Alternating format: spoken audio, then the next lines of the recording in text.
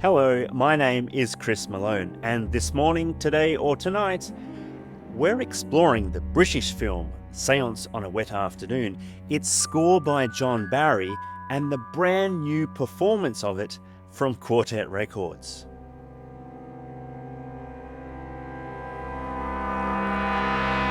The Chronicle on the 12th of June 1964 simply called Seance on a Wet Afternoon Hitchcock Plus. It's one film that must not be missed. Seance is a great film, a film that's greater than the sum of its individual parts. The London locations, such as the imposing home on Marriott Road in Wimbledon, the mesmerising and often confining black and white photography of Jerry Turpin, the stunning performances by lead actors Kim Stanley and actor-producer Richard Attenborough, and the deeply evocative John Barry score. Together, under the confident hand of screenwriter and director Bryan Forbes, we have what is simply an excellent film. A film that should not be dismissed because of what might seem like an unknown or quirky or even offbeat title some 60 years later.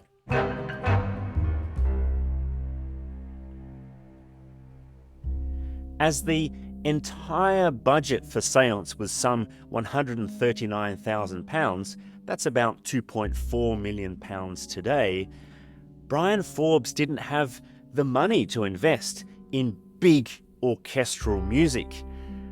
What he invested in instead was a different way of working with his composer. Forbes devised an approach to collaborate with John Barry that was as clever as his filmmaking. The composer would visit Pinewood Studios every few weeks during production and see the film as it was coming together. According to Forbes, as interviewed by Eddie Fiegel, they would try different musical ideas against the film so that when it was time to precisely score the final cut, both director and composer were in total harmony. John Barry told Cashbox magazine in 1967 that it's essential for the composer to be involved early. He must be there at the beginning, putting his point of view and ensuring that his terms of reference are accurate. For Seance, John Barry's music could not be more perfect.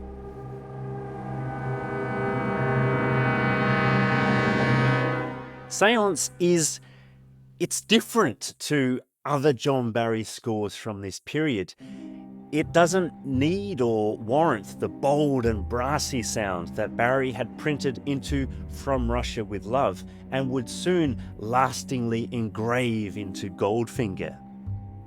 It doesn't need the ferocity and might of Zulu's pounding timpani, nor its pop-infused arrangements for side B of that soundtrack. And it most certainly doesn't need the swagger and confidence of the James Bond theme. A pop song or even a main theme would have destroyed the mood of the picture. Barry selects a small orchestra that's countable with fingers and toes to spare, yet it's a meticulously chosen ensemble that enables him to condense the atmosphere and emotions of the story from the very outset in the main title music. Consider the evocative, melancholy, and reverberant alto flutes, the marimba giving a shifty and ambiguous weight, the harp that seems to extend a mysterious invitation onward, the xylophone raindrops punctuating and splashing the ground, the bass line trying to anchor the day and conform it to the calendar like any other. It points up the importance of creating music to fit the mood of the picture, not to make a hit single or even a hit LP, because If the music is honest, the public will appreciate it. Scoring under 25% of the film at a succinct 27 minutes across some 20 cues, what John Barry achieved with Seance was to find the music for this story that it's as clear and compelling as any of his best known or big picture works. Perhaps even more so. It's a directness and coherence that enables us to bear the weight of the mood, to know when to be on the edge of our seat in viewing scenes of suspense or action, to judge these characters, but also feel sympathy for them, to understand how this all happened, to think about their relationship of past and future, to contemplate their morality and deeply sense their melancholy.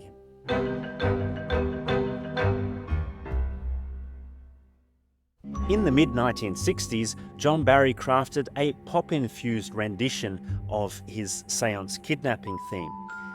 He also produced an alternate version of the title music, more closely aligned with the texture featured in the film. However, there was no soundtrack album until now. As the last person to touch the music, I got to hear all the incremental decisions, both big and small, that went into the production of this new album. The decision Jose Benítez made to start this project, his investment of time and money to select and work with the team he did. The choices Leigh Phillips made when reconstructing the cues, putting the right notes in the right order in front of the right instrument. It's really mind-boggling how he does this. The fine musicians of the Orquestra de Córdoba, selected to perform this music and bring it to life, and the very venue that they played in. The choices conductor Fernando Velázquez made on the podium to extract the right detail and convey the proper nuance. The careful miking and mixing from Marc Blanes that allows us to hear the proper sonic picture. The ultimate selection of takes and editing overseen by Jose and Leigh. And all the other people helping along the way. All these things are needed to be aligned just to have a recording. So is it a one-to-one facsimile of the original? No, it's not. All those variables I mentioned mean it can't be, and it shouldn't be. However, is it the most careful, studied, practiced, and attentive recreation of the Seance music that there is? Yes, undoubtedly and unquestionably it is. And to cap it off, we have an essay from John Burlingame to give us historical and contemporary context. This world premiere recording of Seance on a Wet Afternoon is one of 5 scores on this 2 CD set from Quartet Records, and it's also on this 60th anniversary vinyl edition. Support new film music recordings. They don't come along every day. Head over to the Quartet Records website and check it out. Thanks for watching. Happy listening.